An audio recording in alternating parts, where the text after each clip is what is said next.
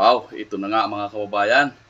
Klarong-klaro na ang First Lady ay sangkot talaga sa white powdery substance at may kaugnayan siya doon sa pagkamatay ng isang tantuko doon sa Los Angeles, California.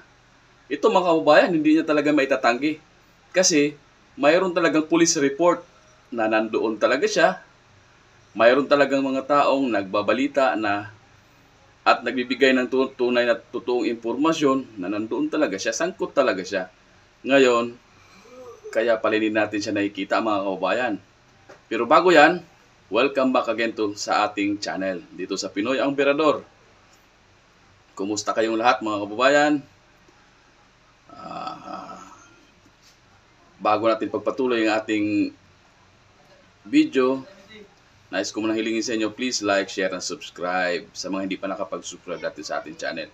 So ito nga yun mga kababayan, panuorin natin itong usapan ng dalawang mga tunay na berador ng ating bayan. Itong si Dean Chase, na mukhang meron siyang hawak na official police investigation report kung saan sa kauna-unang pagkakataon ay malinaw na dinadawit hindi lang ang Marcos Jr. sa mga pulboronic, kung hindi pati ang ating First Lady, Liza Araneta Marcos. Balikan na natin, folks, kung bakit nagkaroon ng trending na bangag-bangag, ngiwi-ngiwi at butod-butod. Pero pag-focus tayo sa bangag.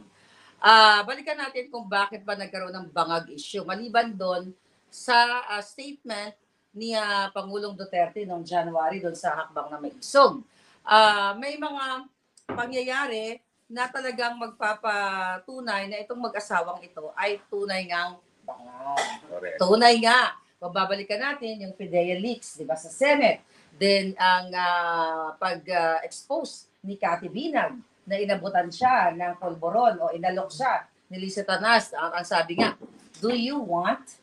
Tapos ngayon, ito ang report sa Beverly Hills Police na kung saan may mga witnesses pala. So, So, I stand corrected. Hindi pala ito yung kaunang-unahan na informasyon na nadawit din sa pulboronic ang Liza Araneta Marcos. Pangalawa na nga pala ito. Ang unang nagsabi ay si Cathy Binag na sinabi niya nung nandun sila sa tahanan ng mga Marcos sa Nara Street, sa Forbes Park, ay inalok siya ni Liza Marcos at mukhang nagpanik nung sinabi ni Cathy Binag na hindi siya gumagamit. No? At ang tanong, why are you here? No?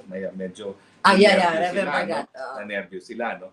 Pero yung issue ng bangag laban kay Marcos Jr., well, bago pa mailunsad ang maisog noong Enero 2024, sinasabi na talaga ni dating Pangulong Presidente Duterte nung siya ay mayor sa Davao, nakakatanggap na siya ng ebidensya na itong may isang kandidato daw, hindi pa niya pinangalanan, no? Para presidente, ang gumagamit ng pulboronic kapag siya ay dumadalaw dyan sa syudad ng Davao, kasama yung mga anak-anak ng mga pinakamayayaman dyan sa Davao. Doon sa maisog ng Enero niya, in-identify kung sino yun, at sinabi nga niya, ito ay si Marcos Jr. Kaya naman importante po huwag po tayong matakot na magbangag-bangag dahil ito pong bangag-bangag, ang pinanggalingan niyan ay si Tatay Digong mismo. Wala nang iba base sa mga impormasyon binigay sa kanya bilang isang alkalde at bilang isang presidente na rin. No?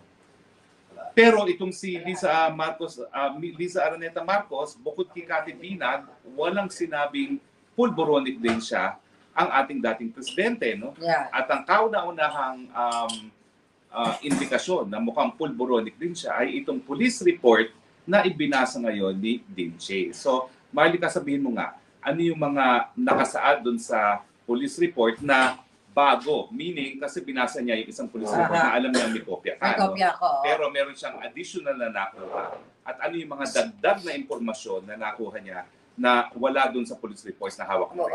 So, sinabi niya, dun kasi sa unang police report na nirelease sa akin, ng Beverly Hills Police, walang witnesses.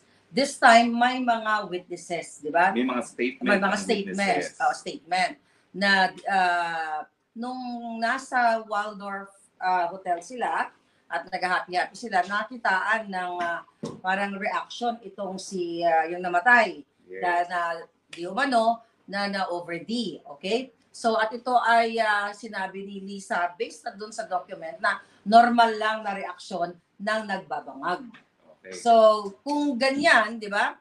Kung ganyan na nakita na pala ni Satanas at binaliwala niya yung manifestations ng isang nagbabangag, dapat siya managot dahil hindi niya bilang isang first lady, I hope, kung matino siya, mahalaga ang buhay ng tao, mahalaga yung nakikita mong danger, di ba? So, dapat tumawag na kaagad ng paramedics or 911 kasi may gano'n ng eksperyensya. So, dinownplay niya. In fact, sabi ng isang witness, itong si Liza Araneta Marcos, ang siyang nagsabi, wag muna tayong tumawag ng tulong. Kasi normal lang yan. Dilipas din yan, kumbaga. Correct. Hindi natin alam kung yun talagang dahilan o nagdadahilan lang siya dahil alam niya na kapag tumawag ng tulong, nandoon siya. Oo. At hindi po pwedeng i-deny na nandoon siya. No? So, yan po ang isang bagong indikasyon, no? Na meron na talagang witness na nagsabi na nandoon si Liza Araneta Marcos. So, wala nang kaduda-duda. Kasi doon sa nakuha ang police report, wala mga pangalan. No? Wala. Pangalawa, na siya ang nakapansin at nagsabi na magpahinga ka lang, diyan ka lang. At nung nagmungkahi na tumawag na ng tulog, ang nagsabi na wag na muna ay si Liza Araneta Marcos. No? Now, bukod pa doon, ang pinakadamning is ano yung mga nakita doon sa lugar kung saan natagpuan nga yung unconscious body ng isang Pilipino. No?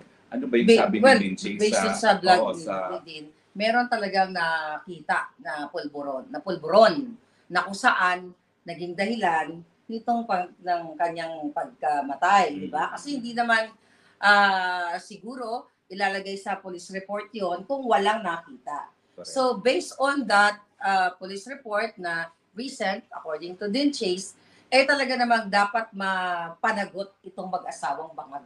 To be specific, no, yung powdery white substance, parang nakalagay sa lamesa, tapos parang nakalagay sa pera, di ba?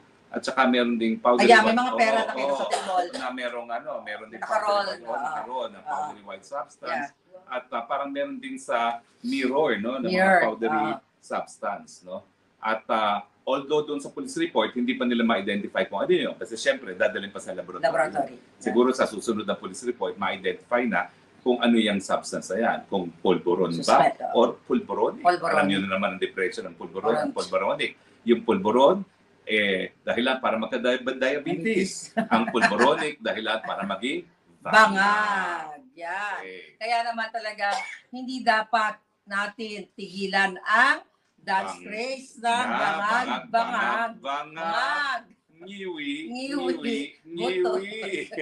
Butod. Kasi pag-asawa talagang dalawa sila ang talagang sumisira sa kinabukasan ng bayan. Now, 3 krimen ang iniimbestigahan ngayon ng Los Angeles. Isa yung involuntary manslaughter, isa yung droga, at hindi ko malala kung ano yung pangatlo. Reckless endangerment ata or something. No? O yung refusal to provide assistance. Sa pasyente. So, 3 krimen. Now, granted na ito ay hindi masyadong malalalang mga kaso kasi hindi naman murder, no? Kumbaga, involuntary manslaughter is parang reckless imprudence sa atin, no? Halos walang kulong yan. Ang punto ay, ang importante, napatunayan na nandoon sa isang room kung saan namatay ang isang tao na mukhang namatay dahil sa drug overdose, ang Liza Araneta Marcos, kasama ang mga pinaghihinalaang mga narcotics. Yun lang yung sabi sa police report. Hindi nila in-identify kung ano yun. Kasi wala pang lab test. Pero suspected narcotics. Okay. Go ahead, Boss. So yan, damning yan. Yeah. Bakit? Ang first lady natin, anong ginagawa doon sa room kung saan obviously may gumagamit ng mga droga at obviously yung maggamit ng droga ang kinamatay na isang Pilipino na galing sa isang altang pamilya. Yeah. So, meaning, nagko-corroborate yung statement ni Cathy Binat sa pag-alok sa kanya ni Liza Marcos doon sa bahay niya. Dito ngayon sa pangyayari sa Beverly Hills, doon sa incident nga. So, kaya ngayon, mga kababayan, sa dami-dami na mga issue na nangyayari ngayon at patuloy pa rin kayo nagpapabudol dito sa mag-asawang ito, talaga naman ang bansa natin ay polboronic country na sports.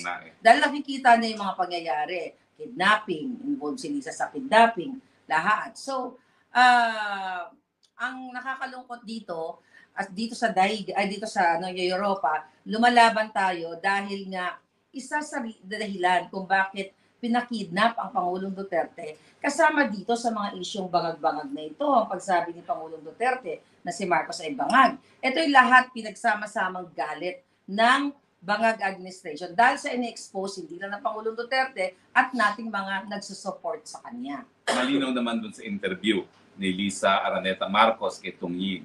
Ay talaga, anong klase yan, no? Tatawagin mo yung presidenteng bangag. Yeah. Anong masama kung tatawagin bangag? Kung merong ebidensya na nagpapatunay na bangag nga.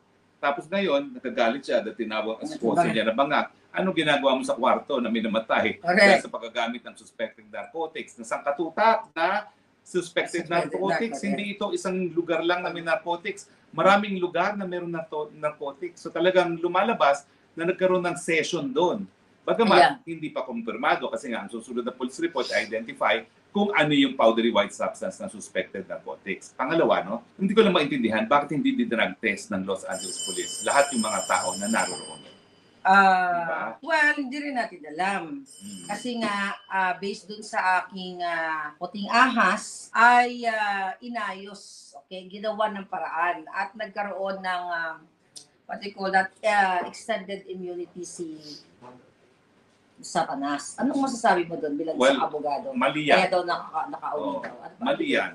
Dahil hindi automatically entitled to immunity ang isang first lady.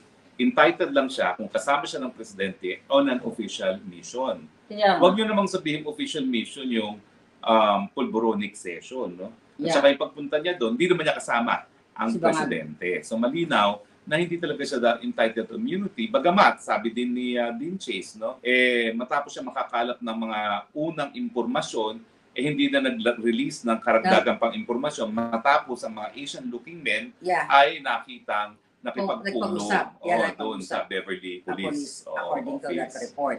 Kaya nga hindi nga, at aside from that, folks, yung pinalabas ko, the pulboronic video, at yun ay authenticated. Correct. Diba? So parang ngayon, nagkakaroon na ng kung hindi probable cause, no, reasonable evidence na nagpapatunay na talagang ang junior at ang kanyang esposo ay posibleng mga bangag. Mga bangag. Possible na mga bangag. Kay Marcos Jr., pulboronic video, duly authenticated. Yeah. PIDEA leaks. Yung confidential informant, okay, ni Agent Morales. Yung impormasyon na nakalap ni Presidente Duterte nung siya ay mayor pa, no, na talagang gumagamit ng pinagbabawal na droga. Dito naman kay Lisa Araneta, yung si Cathy Binag, at saka yung sa Beverly Hills. Now, ito ang pinakamalakas na ebidensya. Yes. Kasi ito ay impartial investigation dahil merong namatay at ito ay nanggagaling sa kapulisan ng Estados Unidos. No? Kung may duda tayo minsan sa katapatan ng pulis sa Pilipinas, dahil lalo na nandiyan yung Torre, no? Siguro naman walang magdududa sa katapatan ng investigasyon na ginagawa ngayon ng Hollywood Police Department. Yeah, and I hope talagang lumabas na yan sa lalong madalang panahon. Kaya